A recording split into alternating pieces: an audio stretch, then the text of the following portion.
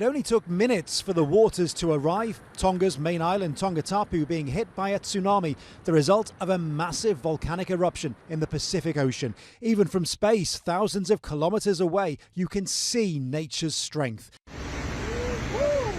There have been warning signs this was coming. The Hunga Tonga Hunga Hai Pai volcano has been erupting for days. On Friday, it sent ash 20 kilometers into the sky. Saturday's eruption, though, so violent they felt it more than 2,000 kilometers away in New Zealand. But it was Tonga that caught the brunt of it. There was like explosions in town. I guess it was from the volcano. And they like literally popped our eardrums and everyone just froze. The ash cloud turning daylight skies as dark as night. People fleeing in their cars. From above, you can see just how enormous that cloud is. Please head to higher grounds immediately if you are in the danger zone. Waves more than half a metre high reaching American Samoa. Japan seeing high water too, sparking warnings in Fiji and thousands of kilometres away in the US. Particularly here on the west coast. Normally it is earthquakes that are the main concern here, but tsunamis caused by events far, far away are also a real risk. Right now, they're supposed to be staying off the beaches, out of the water, but clearly that isn't happening. It almost feels like you're in a toilet bowl circling the ball, which is pretty unusual for a west swell, so probably something tsunami related, but so far we're still here. I feel very safe. Yeah, even if like a 1 foot wave comes through, that's smaller than what's here, so. I'm more worried about my mom. She's gonna be like, Don't why tell my did you mom." go surfing when there was a tsunami? Further up the coast, Northern California saw some choppier waters. The Bay Area waves up to a metre higher than normal. Flooding in Santa Cruz too. And Hawaii getting strong waves and some minor flooding. This very much a watch and see situation. And a warning that this eruption, 7 times more powerful than another one from the same volcano in December, may not be the last or the worst. Phil Lavelle, Al Jazeera, Los Angeles. The situation in Tonga remains unclear tonight, with the Pacific nation almost in a communication blackout following a volcanic eruption that triggered a tsunami. It's been almost 24 hours since connection was lost. But locals managed to get these pictures out before that. You can see huge waves inundating coastal areas, strong enough to sweep away this car in the distance there. The extent of any injuries or damage is still unknown. The underwater volcano has been erupting for nearly a month. Hunga Ha'apai lies north of Tonga's capital, Nuku'alofa, and last night's volcanic activity was the biggest so far, also sparking warnings in neighbouring Fiji and Samoa. Satellite images capturing the moment of the eruption, a huge plume of smoke and ash billowing out over the region. But for many in Tonga, they didn't have time to flee, as Simon Mercet reports. Tongans are on the beach to film the first waves hit the coast. They record the tsunami as it surges through streets near the capital, Nuku'alofa, catching some people inside, while others scramble for higher ground. Only minutes before the waves arrive, Tongans hear the Hunga Ha'apai volcano explode. This man records one sonic boom on his phone. He moves to the beach, still recording. And moments after noting ash in the sky, this happens.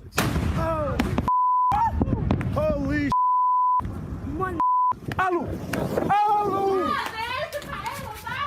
This woman is in a church in the village of Patanata. She's talking to friends on her phone. They tell her to leave. I can't go, she says. The water's too high outside. The church is right on the beach, and more waves wash inside as she records. Others want to save property. Several try to free up this car on the beach, but then they scramble back as a wave takes the car. These pictures are from the New Zealand High Commission above the town. People seek refuge here. some taking pictures of the debris emitted from the volcano. As frightening as the waves are, ash also causes concern. But watch the sky. Look how all those ashes traveling. We can hear what may be small pellets hitting the roof. Look at the rocks. The kids are told to stay inside, as nearby a petrol station is busy with drivers wanting to fill up.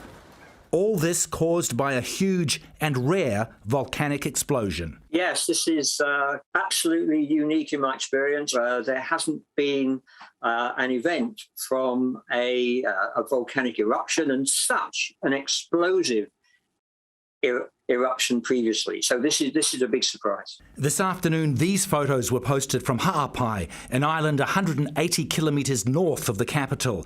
Here too, the tsunami's left its mark. Simon Mersep, One News. A month after a tornado destroyed their home, the Ramadami family is still sifting through the wreckage, finding scraps of their former lives. Pictures, shoes, and stuff that awards, as you've seen, that we've all received since we were in elementary. Has a lot of memory for us. It shows the achievements we've achieved since we've been here in the United States. My superior academic. See, I'm superior. The family came to Bowling Green, Kentucky a little more than a decade ago, after fleeing conflict in the Democratic Republic of Congo and spending 20 years in a Tanzanian refugee camp. So we tried to run here. The door was all locked. So this is my room. 9 members were sleeping when the tornado ripped through their Bowling Green neighborhood. I had something like come to my my bed. I wake up. My wife said, we are dying. Miraculously, they all survived. Other families in the neighborhood weren't so lucky. At least 12 people died here, many of them refugees too. They came to this country to build a better life, only to see it all blown away in a night.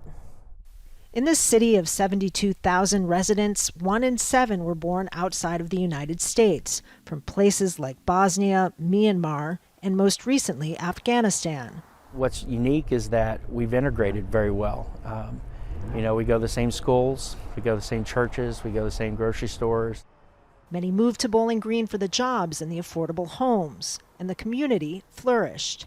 Immigrants and refugees who have found the American dream have found opportunity to buy or purchase or their first home here. The Ramadamis, now local business owners, once again find themselves in need of help. I came to a place where I had a lot of problems, like my country with war, and they found something like this. This is my dream house. And we decided, we worked so hard to get the house. And it's like everything we had, everything was destroyed in 1 second. The house may be gone, but the community is coming together, and the Ramadamis say Kentucky will always be home. Kristen Salumi, Al Jazeera, Bowling Green, Kentucky. The destruction stretches for miles. House after house, business after business. Even the county courthouse in Mayfield, Kentucky, is damaged seemingly beyond repair. The tornadoes that ripped through the state in December, killing 77 people, destroyed more than 1,000 structures. Now, the biggest challenge for us was trying to find a new place to live. Finding some place to rent, not possible. Not if we wanted to stay in Mayfield. Everything is gone. Cleanup crews, however, are everywhere. With so much destruction, cleanup is not going to be quick or easy. They estimate that it'll take another 160,000 truckloads to carry away all of the debris. Throughout the state, local volunteers have sprung into action, helping provide everything from clothing to toiletries, while FEMA, the Federal Emergency Management Agency, doles out cash to those who qualify for emergency housing assistance. Of the $9.5 million that FEMA has dispersed so far to families, $6.8 million of that is for housing assistance. That is the first option for families, to find a place to live in the interim while they're rebuilding and finding that permanent solution. The Mayfield Grain Company is among the many businesses that were destroyed, taking jobs with them. But Duncan's Pharmacy was able to reopen quickly in a new location. We're getting phone calls the day after the tornado, people calling, I apologize, not trying to be insensitive. I'm out of medicine. What do I do? The store has been part of Mayfield for over 100 years, and its current owner has no intention of leaving. Well, things used to be a certain way. They're not like that right now. Just have patience and love for each other, and with time, I think we'll be able to grow back. Maybe not like we were before, hopefully stronger, but we'll at least be able to rebuild. Rebuild they must, but it won't be easy, and the spring tornado season is just months away. Kristen Salumi, Al Jazeera, Mayfield, Kentucky. Floodwaters are coursing through the state of Minas in southeast Brazil. This is Huatuba, one of the towns underwater. Over the last 2 months, thousands have been left homeless across Brazil, victims of a relentless rainy season. Now Minas is bearing the brunt. The water level in my house reached my waist. We lost everything. My children and my wife left the house by boat. We are getting the things we managed to save out of there, but clothes and these things we couldn't really save. And 10 people have died in Minas in the last 2 days. It could get worse. This is the Carioca Dam, threatening to go down. The dam has never been like this. May God free us and keep us safe if it breaks. It will hurt many people below. There are 5 cities down there that will be harmed. Indigenous communities in the state are struggling. It's a very sad feeling, one of heartbreak, to see this community in such a state. If it were up to me, I would never return here. My heart is bleeding. At the moment, they're using a local school as a shelter. All over the state, others are suffering too, and desperately hoping that the rain stops. John Holman, Al Jazeera. Joining us, and now we want to bring in Jonathan Turley on the breaking news that we just got out of the Supreme Court. Jonathan, if you're with us, Professor, can you weigh in on what we've just gotten from the court, halting the COVID-19 vaccine rule for U.S. businesses for now? What does all this mean? Well, this is what some of us predicted after the oral argument. I was struck by the different tone and substance of the questions being raised by the conservatives between the two cases. On the health facility cases, the justices acknowledged that there was a closer nexus there and did not as seriously push back on the larger mandate. It's really the OSHA case that is the more significant mandate for the Biden administration. It was that mandate that President Biden's chief of staff, Ron Klain, celebrated as a, quote, workaround. The White House could not get a mandate from Congress. They initially said that they thought they might have authority for the president to order a mandate, and then they acknowledged they did not. And then Klain retweeted that we found a workaround. We'll have OSHA do it. And this could affect up to 100 million workers. Well, a flag was just thrown on the play. I mean, the Supreme Court justices continually asked for the authority that it was being used here, and they referenced Ron Klain's statement. And as I've said before, the justices are not into workaround, because it's a workaround constitutional authority. They want authority. And they kept on coming back and saying, where did you find this authority? Why isn't this a question for Congress to have ordered, not for some agency to do a workaround? Yeah, not surprisingly, Jonathan, Justice Breyer, Sotomayor, and Kagan, who all dissented, did not agree with your learned assessment of things, writing in their defense, in their dissent, rather. Today, we are not wise. In the face of a still raging pandemic, this court tells the agency charged with protecting worker safety that it may not do so in all the workplaces needed. They clearly thought it was within the purview of the Supreme Court and the courts to rule on this. Well, they certainly made no secret of that during the oral argument. What I think they're going to get some pushback on is that all three justices made statements about the pandemic that were heavily criticized in terms of their factual understanding of where we are in terms of cases and the virus. And, of course, Justice Sotomayor was the one who was most criticized for giving a number that was 20 to 30 times higher in terms of this impact on children. And so I think that really did undermine them a bit. But I also have to say, in fairness to them, these are three justices that have always been highly deferential to agencies. They're big supporters of a thing called the Chevron doctrine. And so this is consistent. This is not activism. This goes to the heart of their view of jurisprudence. They believe strongly that you should defer to federal agencies. I know we're all frustrated as we enter this new year. Overwhelmed by a record number of Omicron infections, U.S. President Joe Biden announced he was deploying more military medical teams to at least 6 states. It's a surge Biden blames on the millions in the U.S. still unvaccinated. Right now, both vaccinated and unvaccinated people are testing positive, but what happens after that could not be more different.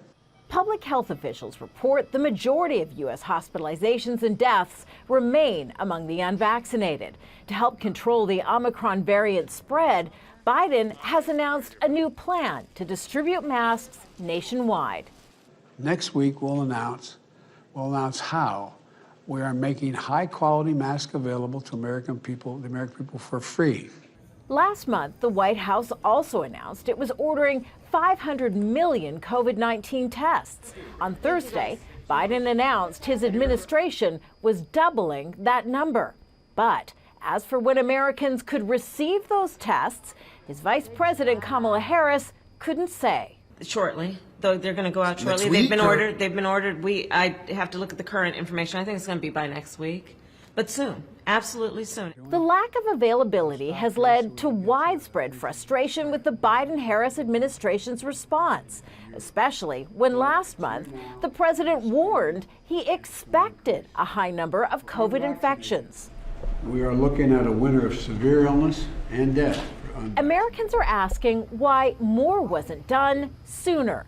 One analyst points out America's unique system hampers the response. So much of the U.S. healthcare system is outside of the federal government.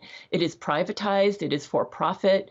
So having the government coordinate everything is quite difficult. The first batch of at-home COVID tests are expected to be distributed by the end of the month. On Friday, details of how Americans can access those tests through a new government website are expected to be made public. Kimberly Hilkett, Al Jazeera, Washington. This is what Russia says is within its sovereign right to do: hold military drills in the southwestern region neighboring Ukraine. These drills were held on Wednesday as representatives of Russia and NATO met in Brussels for talks on security, the first in nearly 3 years. Since late last year, the West has been concerned by Russia building up a force of nearly 100,000 soldiers near Ukraine, demanding that Washington pledge never to let Ukraine join the 30-member military alliance, or expand it eastwards, a point the United States refuses to accept. And at the opening session of the world's biggest security conference, the Organization for Security and Cooperation in Europe, a stark warning from the incoming chairman. The risk of war in the OSCE area is now greater than ever before in the last 30 years. For several weeks, we have been faced with a possibility of a major military escalation in Eastern Europe. While the Polish foreign minister went on to warn that tensions could upend the post-Cold War order on the continent, Moscow continues to maintain it has no intention of attacking Ukraine. We should abandon a vicious cycle of treating Russia as the enemy. We propose mechanism of agreement, consultation, etc. Our written ideas for the American side and for the NATO alliance are aimed at preventing this scenario through diplomacy, consultations, and not through raising tensions and the use of military instruments. This follows high-level talks between NATO and Russia in Brussels on Wednesday, where the two sides clearly did not have a positive outcome after a 4-hour meeting. President Vladimir Putin's spokesperson has called this week's talks unsuccessful. The Kremlin says that if the United States were to impose sanctions on President Putin, it would be comparable to severing ties with Russia. It is now clear that dialogue and diplomacy have not bridged the gaps between Moscow and the West, but rather highlighted their unresolved differences. Dorsa Jabari, Al Jazeera, Moscow. So yes, we begin with breaking news, and tennis star Novak Djokovic has lost his fight against deportation from Australia. The federal court announced that decision just moments ago. Djokovic had appealed to the court after a decision to revoke his visa for a second time. And Djokovic's visa was first cancelled after questions about his COVID-19 vaccine exemption. Let's cross over straight away to Sarah Clark, joined us live from Brisbane, from where she's monitoring events. And Sarah, just tell us more about this decision, if you would. Well, we had 5 hours of deliberations and arguments from both sides in the federal court in Melbourne on Sunday. This was a special hearing before the full bench, and in the last few minutes, Justice Alsop, the Chief Justice Alsop, has announced that he's upholded the decision to deport Novak Djokovic. So Djokovic has now lost his chance to defend the Grand Slam title, to win his 10th Australian Open. We've had the deliberations, or the argument being made from his lawyers that the Immigration Minister, Alex Hawke's decision to deport him, that decision made on Friday, that it was irrational and illogical. The government had argued that the case for Djokovic staying in Australia, he posed a public health risk. And the Alex Hawke, the Immigration Minister, made the decision. He used his discretionary powers as the minister to revoke his visa, simply stating it was on the public grounds in the best interest for the Australian community to leave. And he simply said that him staying here, Djokovic staying here and remaining in Australia, he would fuel this anti-vaccination sentiment. So this is a big decision after days and days of this saga going before the federal court twice, his visa being revoked twice, and finally a decision before the federal court with the Chief Justice stating that Djokovic must go. And this could also mean, and we're yet to hear whether or not they will include this, but he could also be banned from re-entering Australia based on this decision. That could mean that Djokovic could be 37 years of age before he's able to return to try and compete again in this tournament. Now, the judge said due to the urgency of this case, purely on the grounds it's one day or on the eve of the Australian Open, and Djokovic was set to play tomorrow evening, he made this decision and he will hold off releasing the grounds for his decision until potentially tomorrow. But certainly a big news story, and we could see Djokovic potentially deported within hours from Australia. I was going to say, what actually happens to him now? Is he's literally about to be thrown out of the country, is he? Potentially. So the first time his visa was cancelled, the suggestion from the federal government was that he must be deported within hours. We're yet to find out if that ruling will be included as part of the Chief Justice's decision. At the moment, the court has just adjourned again to decide on what the next orders could be. And we're also yet to find out, because it's only just happened in the last few minutes, whether or not, or what avenues Djokovic's team has to appeal this decision on Sunday, this special federal court hearing in Melbourne. So as I mentioned, the Australian Open is tomorrow. Djokovic was set to play, but we're yet to find out if what Djokovic's team will do next. All right, Sarah, leave it there for the moment. Thanks very much indeed for that update. Sarah Clark reporting there from Brisbane in Australia. Some call it China's Hawaii. The island province in the south attracts tens of millions of visitors every year, and property developers have flocked here to accommodate them. Real estate giant Evergrande constructed this artificial island, complete with hotels and theme parks.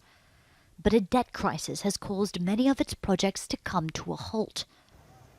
These 39 unfinished apartment buildings were due to be completed soon. Now the local government has called for them to be demolished, citing environmental concerns. The order has sparked confusion among local people. These buildings have already been constructed, and now they want to demolish them. Personally, I think it's a big waste of resources. If you tear down these buildings, it will just create more pollution. It's also causing the owners of other apartments here to panic because they're afraid theirs will be next. The unfinished project was backed by a former mayor, Jiang Qi, who is now serving life in prison for bribery. There are almost 3,000 apartments worth more than $1 billion there. It's just one of hundreds of stalled Evergrande projects in China. But the demolition of those 39 buildings would deal another major blow to the already embattled developer. Evergrande is $300 billion in debt and defaulted on offshore bonds last month. Regional governments have taken control of the developers' projects in some areas and confiscated land in others. It's far from alone. In recent months, the Chinese government has begun curbing overborrowing in the property sector, and a growing number of firms are now in distress. Shimao, Kaisa, Modern Land and Guangzhou RNF are among those struggling with loan repayments. Analysts say Beijing is sending a message. It just looks like they are more concerned about debt and sustainable growth. So I guess in the long term, this is more of a change for the better. And I guess it's safe to say the kind of aggressive expansion period has basically ended for China. The crisis in the property sector is weighing on China's economic growth, and experts expect the slowdown to continue for months, possibly years. Evergrande is doing all it can to keep its business and projects here afloat. It's paid more than $30 million in fines to the local government and is appealing